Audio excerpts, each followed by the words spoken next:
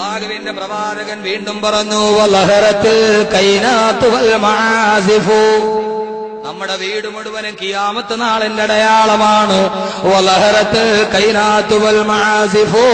ഒറ്റ വാക്കിൽ 21-ാം നൂറ്റാണ്ടിന്റെ 2011 1400 വർഷം മുമ്പ് റസൂലുള്ള പറഞ്ഞ ഈ ഹദീസിന്റെ അർത്ഥം ഒറ്റ വാക്കിൽ 2011 പറഞ്ഞാൽ, റിയാലിറ്റി ഷോകൾ അധികരിക്കുന്ന കാലം വന്നാൽ, റിയാലിറ്റി ഷോകൾ അധികരിക്കുന്ന കാലം വന്നാൽ, സംഗീത ഉപകരണങ്ങൾ വല്ലാതെ വർദ്ധിച്ചു വരുന്ന കാലം വന്നാൽ, അല്ലാഹുവിന്റെ റസൂല് പറഞ്ഞു, ഫന്തലിരിസാ,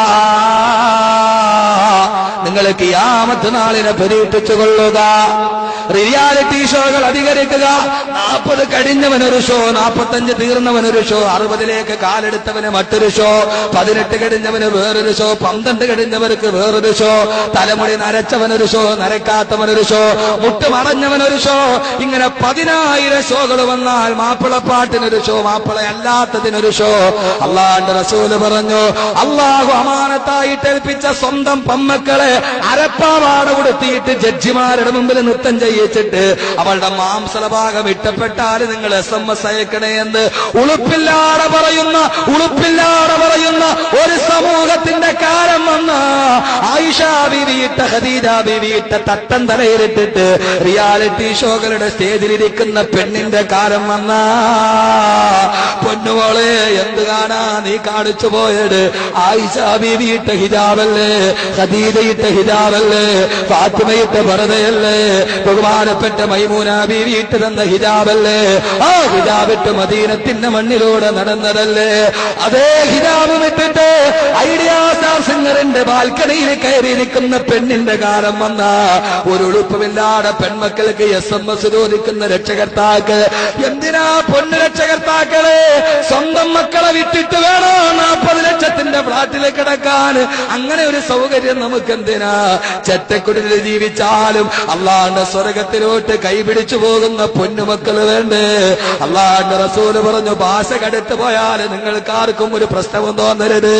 ചില ആളുകളൊക്കെ ഇതിപ്പോ ഹലാലാണെന്നുള്ള രീതിയിലാണ് ചെയ്യുന്നത്. അത് പട്ടുറുമാലാണെങ്കിൽ കുഴപ്പമില്ല, മാപ്പിളപ്പാട്ടല്ലേ?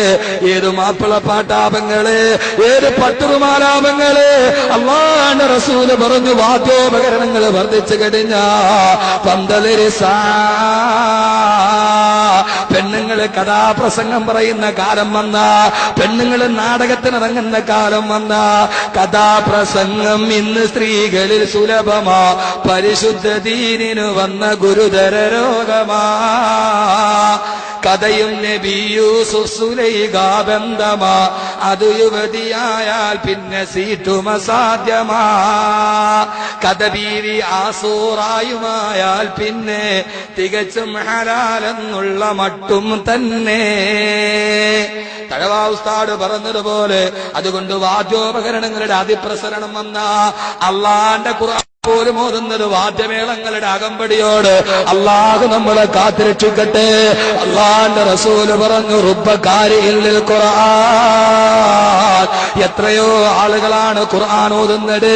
അവൻ ഓതുമ്പോൾ വൽ ഖുർആനു യൽഅനുഹു, ഖുർആൻ അവനെ ശപിച്ചുകൊണ്ടിരിക്കുകയാണെന്ന് നബി മുഹമ്മദ് മുസ്തഫ. റിയാലിറ്റി ഷോകൾ അധികരിച്ചാൽ, അല്ലേ? ആണോ? അധികരിച്ചോ കുറഞ്ഞോ?